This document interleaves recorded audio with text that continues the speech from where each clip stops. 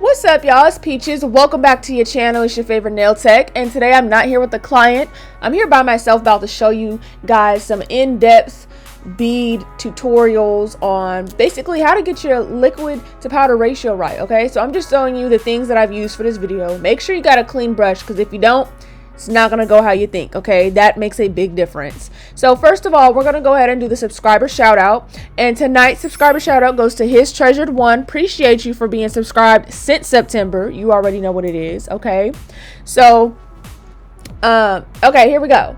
So basically, we're gonna start out with, what does a small bead look like? Now, my brush is a size 14 to 16, but just look at the way my brush dipped in there. We did not keep very much liquid, and we're only going to dip pretty much the tip in.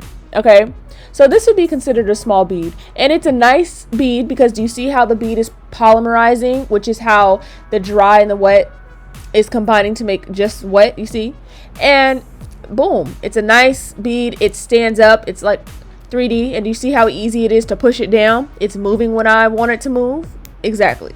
So for a medium bead, we're going to dip about half the brush into the liquid, and we're going to run it along the edge, and you're going to flip to the opposite side of the brush. So whatever side is wet will be the side that is going to be picking up the bead. So I'm shaking it to show you. You don't want your bead to fall off, and also shaking it can increase the quickness of how much the bead polymerizes. So do you see when I shake it, it makes the liquid absorb into the powder quicker.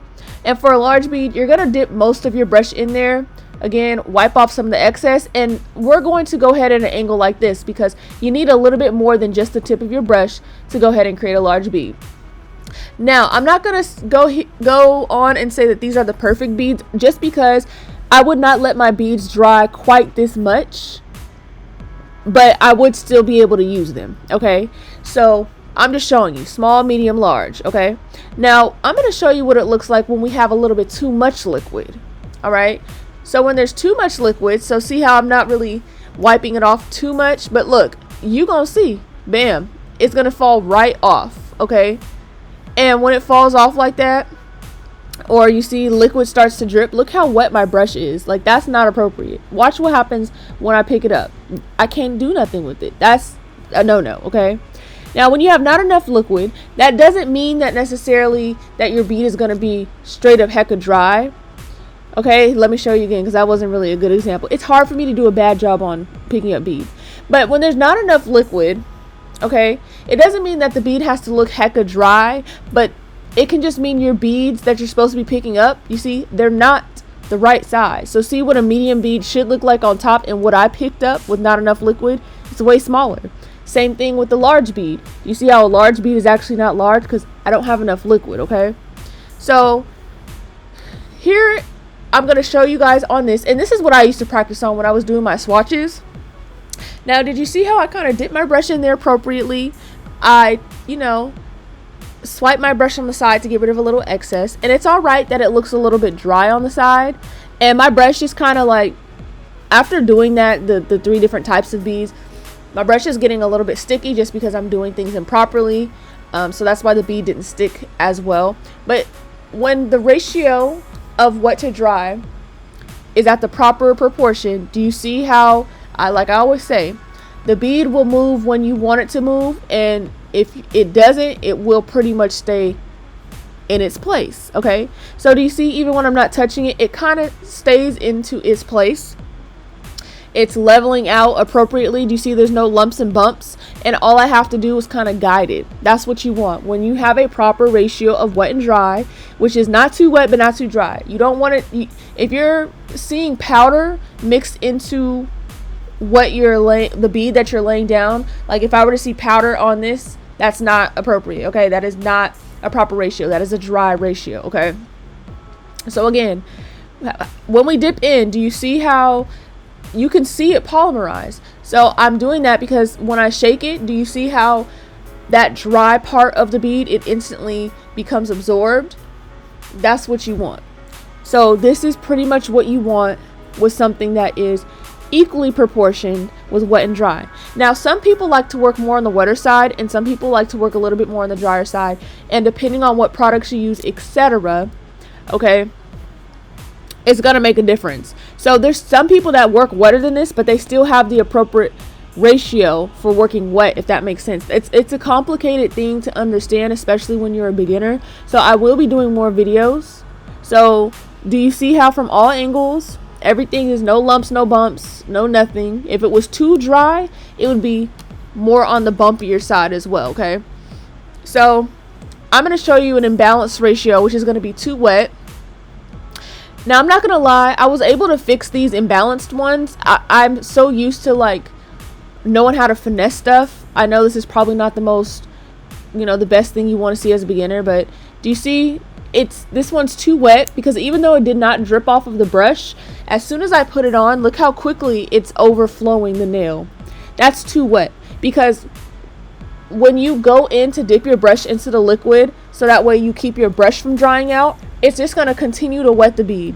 Now, a solution for that, as you can see what I'm doing, is I'm not dipping my brush into the liquid as much as you would if it was properly balanced, because I don't want anything to be wetter than it already is. So now we're going to do another bead that's imbalanced. It's too wet. And do you just see how it just flattens out? You're not going to get the type of strength and structure that you need to when your beads are too wet, and it's going to dry way slower, which means you're going to be spending a lot of time on trying to get this bead to do what you need to do. And see, now the bead is running over to the underneath, and this is just a nightmare. Okay, now like I said, there are people who know how to work on the wetter side. There's certain things that you need to work wet, like this, like certain types of encapsulation and things like that, but we're talking about just a straight up, like as if we're doing a basic plain color set. I'll get into the more intricate things in other videos, because I plan on doing other videos, because especially like different colors like black, red, white, they're not built the same. Okay, even colored acrylic is not built the same as this clear acrylic. So I will be doing more videos, so do not worry, this is just the first step in a series. Okay, so you can kind of see I was able to fix it, and I know it's kind of hard to grasp the idea, especially like I'm not a beginner, but do you see how like I'm still kind of fixing it? You see what I'm saying? Like, it's like you're chasing the bead. You don't want to be chasing after your bead. And what's going to happen is all the acrylic is going to slide down to the tip, like you can see, right? How the apex area is flat, but the tip area right there is a lot thicker. It's because everything slid down, and now there's an imbalance. It's hard to see here, but you don't want that at all. So now the next imbalance is too dry. So like I was saying, too dry, it doesn't have to mean that like when you pick up your bead there's powder everywhere. It just simply means what you picked up. You see this? See how I'm shaking it? It's not really polymerizing, so there is powder. I'm trying to further dry it out so you guys can see. But all this means is that no matter what, the bead is just too dry. Now I have to go in and wet it up. You see how I'm trying to wet it up? But in doing so, now the bead is still imbalanced, and it's going to start to become too wet, because now you just picked up this big old bead. Because it's either going to go one or two ways. You're going to be picking up a bead that's way too small, or it's going to be way too big and it's going to get really stiff really quick, and you're going to be spending your time chasing after it and trying to wet it up so that way it doesn't dry so stiff and bulky. So do you see how like there's getting to be bulk on the tip? Like imagine as a beginner and you picked up a dry bead like that, you might be a little intimidated about like, okay, do I not use it? Because if you don't use it, that's wasting product. But if you do use it, now you're stuck with this big dry bead, because realistically a dry bead is just going to polymerize. The process of polymerization was already so quick because you did not even have enough liquid, that now you have an excess of powder that's there, and it's either going to look very powdery, like you would see white all over, or like how I just had, it wasn't necessarily that powder got all over the place, even though it was powder on the brush, but it's going to be like a big hunk of a bead that you're going to have to be pressing and pulling, and your brush is going to start to get sticky, and it's not fun. Okay, I would almost want to work too wet than too dry, but either way it's gonna mess up your brush. So change your napkins frequently and your paper towels. So there's the result of that.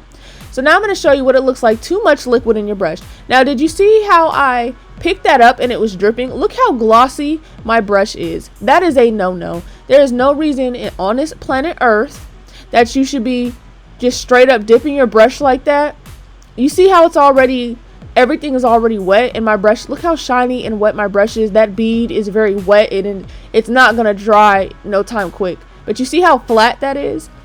It's not going to give you no structure, no strength. And that's exactly what it's going to do. It's going to flatten out. Okay.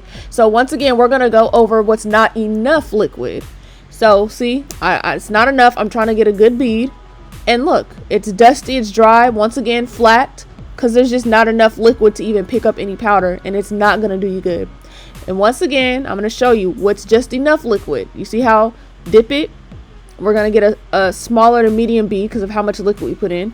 And it's going to be up to you to figure out all this. Everybody works differently, okay? And I really hope that this helps some of you guys out there that are struggling with this concept. Because once you get this down, you can do almost about anything. You can play with any color, with all types of things. You see how the bead is just there. It slides down nice and easily, you know. I hope you guys enjoyed this video. Don't forget to comment, like, subscribe, follow me on Instagram, and I'll see you in the next video.